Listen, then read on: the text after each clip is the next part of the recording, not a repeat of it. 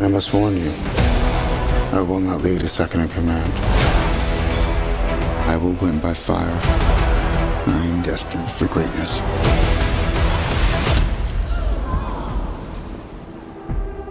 I found the crown of France in the gutter and placed it atop my own head.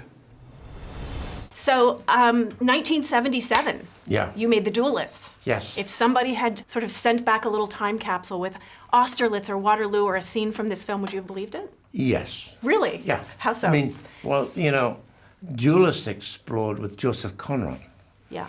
He was doing it was a 100-page book, novella.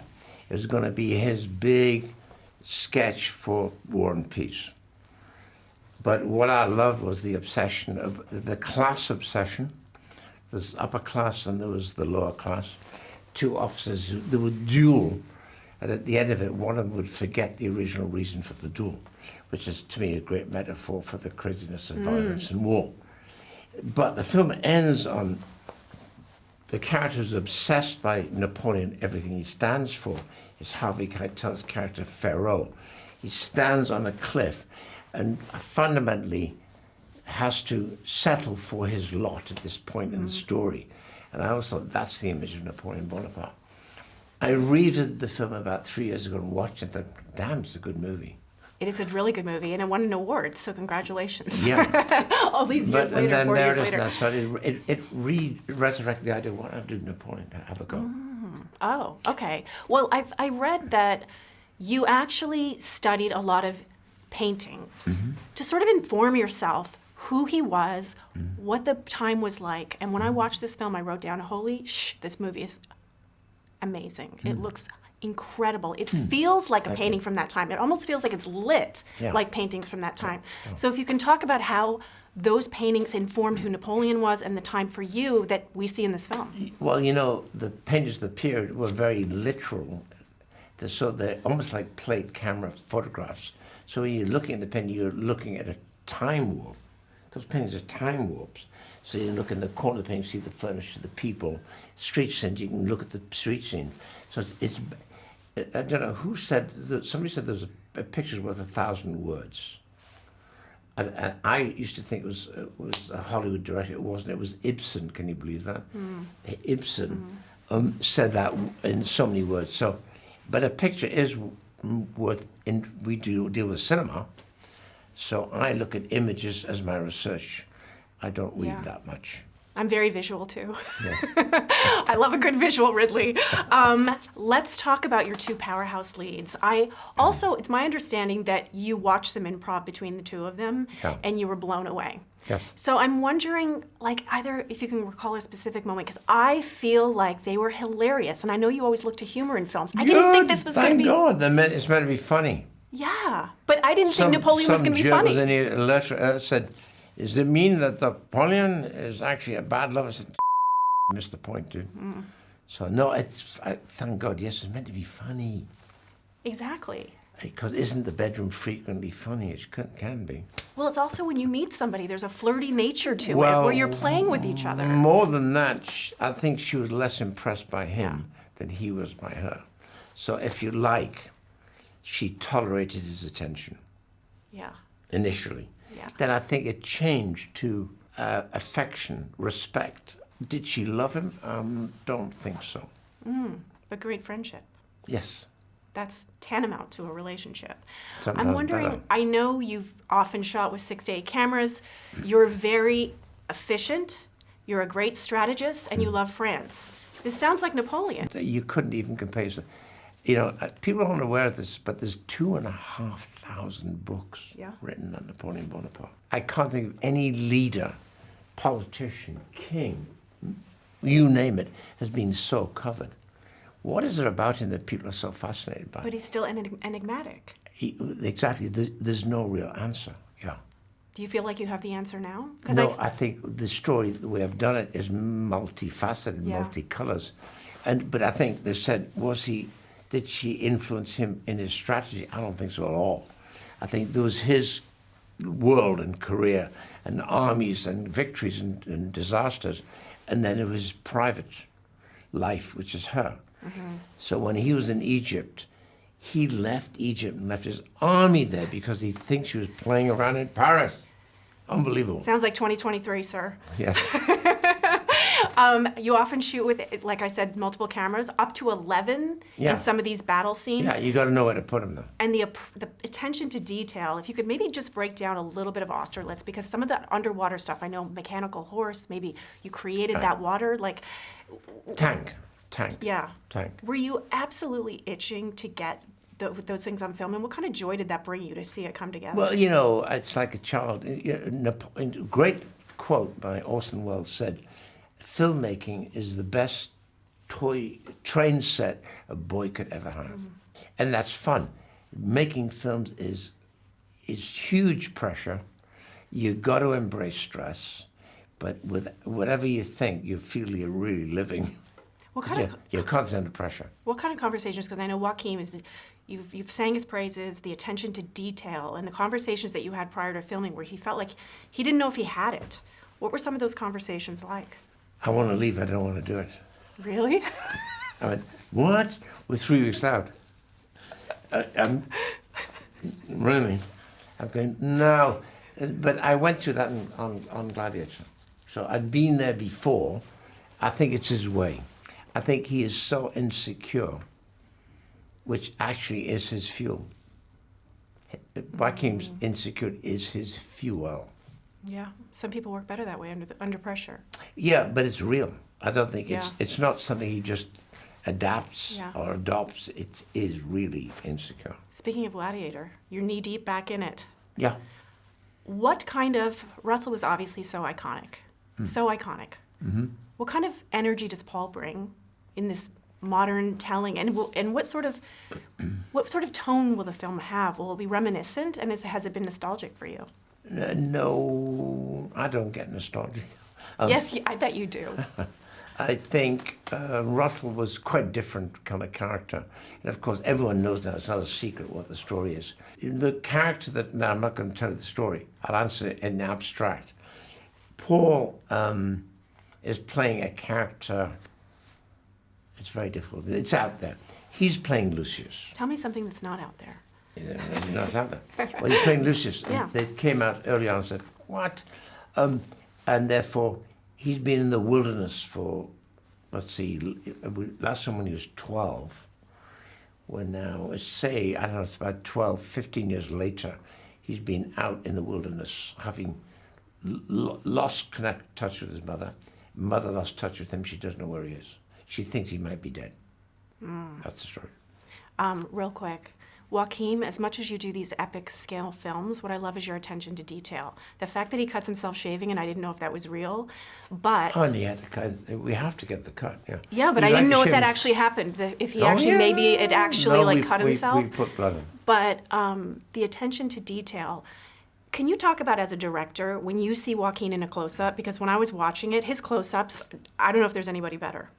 Mm-hmm. As a director, and when you're sitting behind the lens, what do you... You've talked about how he's the most sympathetic character in Gladiator. Yeah. Yeah. Yeah, he was very, to me, in Gladiator, he was very, he was the product of a delinquent father. Father didn't see him for 17 years. Then he comes and said, you're not going to be the Prince of Rome. That's a killer. So, and there's nothing to be said, there's no connection. Mm-hmm. And therefore he makes a plea that I have good points. So that was tragic to me. And what was your question? Well, you really wanted to cast him in Napoleon, and apparently he didn't think he was right for the role. So what did you see in him? Face. That's what I'm he saying. Looks like yeah. He looks like Napoleon. But his inner stuff, is incredible. Oh no, there's a. He'll laugh. I said there's a dark side to Joaquin, but there's also a great comical side to him. So you've got a huge choice between those two colors. I led the French victory at Toulon. What is your name? Napoleon. Has the course of my life just changed?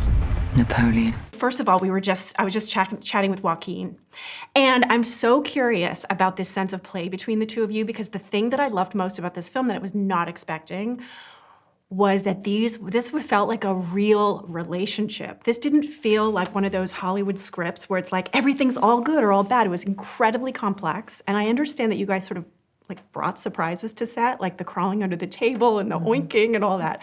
So if you can talk a little bit about how you surprised him or how he surprised you. Yeah, I think that's so true, isn't it? It was, their relationship is so inherently surprising. I mean, we were continually eluded by the nature of what it was and how different it was in different phases of their life. And we always used to say, isn't it interesting? It's not a graph of growing love and growing content and, less drama. It was kind of like this. And that was really challenging to play because when you're playing the arc over many years and you think about what's happening in the external life publicly, it's so dramatic. It's so extreme. When you're trying to think of as ifs, and as if in my life it would be like, it was so hard because the nature of the extremity of the time that they were living and what those two people were living through and doing together and apart and watching him do what he went on to do. It was just, elusive beyond. And so we had to try and make the commitment to going, okay, I found her to be extremely enigmatic and ephemeral. And how can we do something strange and unusual in this rather than a kind of sweeping love story where, as you say, everything's clear. Yeah. It's so unclear. It's so funny that you said that because I was thinking to put yourself, can you imagine the enormity? Like we come to Paris and we visit these gardens and homes and castles. And this was where she lived. Do you feel like she felt like at the time, because right now the world feels smaller, I feel, because we have so much connection. Do you feel like she had a sense of the enormity of it all? Like the fact that hundreds of years later we're visiting these places, but that was her real life. I don't know. It's interesting, isn't it? Because the vastness of it, even the land and the empire that he was going off to conquer, and she built this house that was her little sanctuary in the end, and where she died and where she lived out the last days of her life without him, and it was incredibly traumatic and painful. But it was her sort of safe, calm place, and I spent a lot of time there, and her tomb is sort of near in a little church nearby, Malmaison, her house. But she imported all these exotic animals from Australia, so I think she had the understanding of the enormity of what they were doing. But personally, the inner struggles that I think she had and the amount she had to repress and contain and the amount of domestic conflict that was happening between them and obsession and infantilizing and acquiescing and need and dependence was just probably the most immediate concern, I would say, from what I read in her life, more than the action of what was happening. Yeah. Joaquin talked about, because I asked him about the meet cute between the two of them. Mm-hmm. And he said, you guys really worked on getting that right. And you sort of reworked it. He spoke to the writer. But you immediately have that power dynamic. And it shifts throughout the movie. Like in one scene, I'm like, okay, now he has the upper hand because she kind of needs him financially or have that place. But then emotionally, he was almost like a adolescent who has his first girlfriend, according to him. So yeah, talk about sort of that initial scene, getting that, because you're a powerhouse. Like every role you do, you are just incredible. And the amount of power, the second he sort of buckles to her, I'm like, okay, this is incredible. I think there's something adolescent in both of them, I think, which is why we wanted their meeting to be strange and unconventional and not, we also wanted to answer the question, which I don't think we did, of why it was Josephine to him his whole life, and for him to finish his life, to end his life and to have the last word be Josephine. He was obsessed from the minute he met her. And it's always so kind of unanswered as why her? Why was it her? In the end, it was only because she couldn't have children, which just must have been beyond devastating for her, I think, to feel that pressure of an empire on your body and not perform in the way that it's being expected. I couldn't imagine the pain of that for her. But with the meeting, we wanted there to be this something about her that was it's so unknowable that he spent his whole life trying to grab it and hold on to it. And therefore, the power had to switch when she wasn't fully his, and she was having affairs, and an affair with a 23-year-old, and it was Hippolyte. It was very well documented. A lot of people saw it taking place while he was away. And for him to throw her out and to be begging for her survival, really, to be there, and have to, all those parts of you that she was expressing, kind of repress them in order to coexist and maintain it, and then become empress. You know, she was no way wanted to give that up. But in order to make that happen, it wasn't like she could go and get a quiet life and live in the rural lands and have a blissful time. She was in the middle of the heart of this empire and this, you know, brutality. And to me, I thought the only nature of personality that could do that would be someone so resilient, that had so much apparent dignity, but inside be so committed to it, and therefore would sacrifice parts of herself in order to be there. And so there was an enigmatic quality to her that I found really hard to try and get inside, because I don't feel like I'm like that at all. I feel like it's really clear how I feel about things. Probably way too clear. But this was someone that had to, you know, push it all down. And I think, in a way, I felt like that was maybe why he was so obsessed with her, because I couldn't think why, with all their dramas and all the dysfunction, why it would have carried on.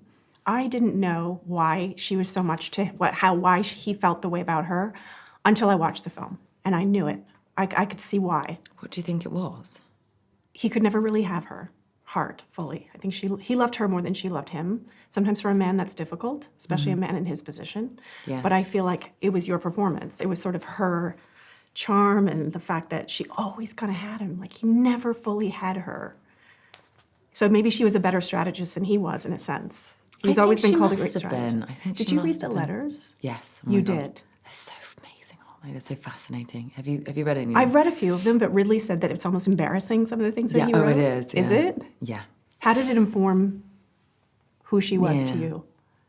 I think because, again, it was this potency that she had inherently, that he must have been, he just wanted it somehow. And it wasn't, again, something, I think there was other people throughout his life, you know, other women who'd been presented very young by different, you know, people in power and their daughters. And it was so much that time for women, which I can't imagine how hard that would be to be presented like that. And there were so many, and because they all wanted it and needed it, he wasn't, I didn't feel like he was that attracted to her. But as you said, because she had a withholding from him all the way through, even in the second half when she becomes quite young and quite so vulnerable. It's almost like it was so strange playing it, because it was the frightened little girl inside came out. So she became, it was funny in moments to feel that very vulnerable young part of her be out in the second half, much more than the first half when she didn't, you know, she wasn't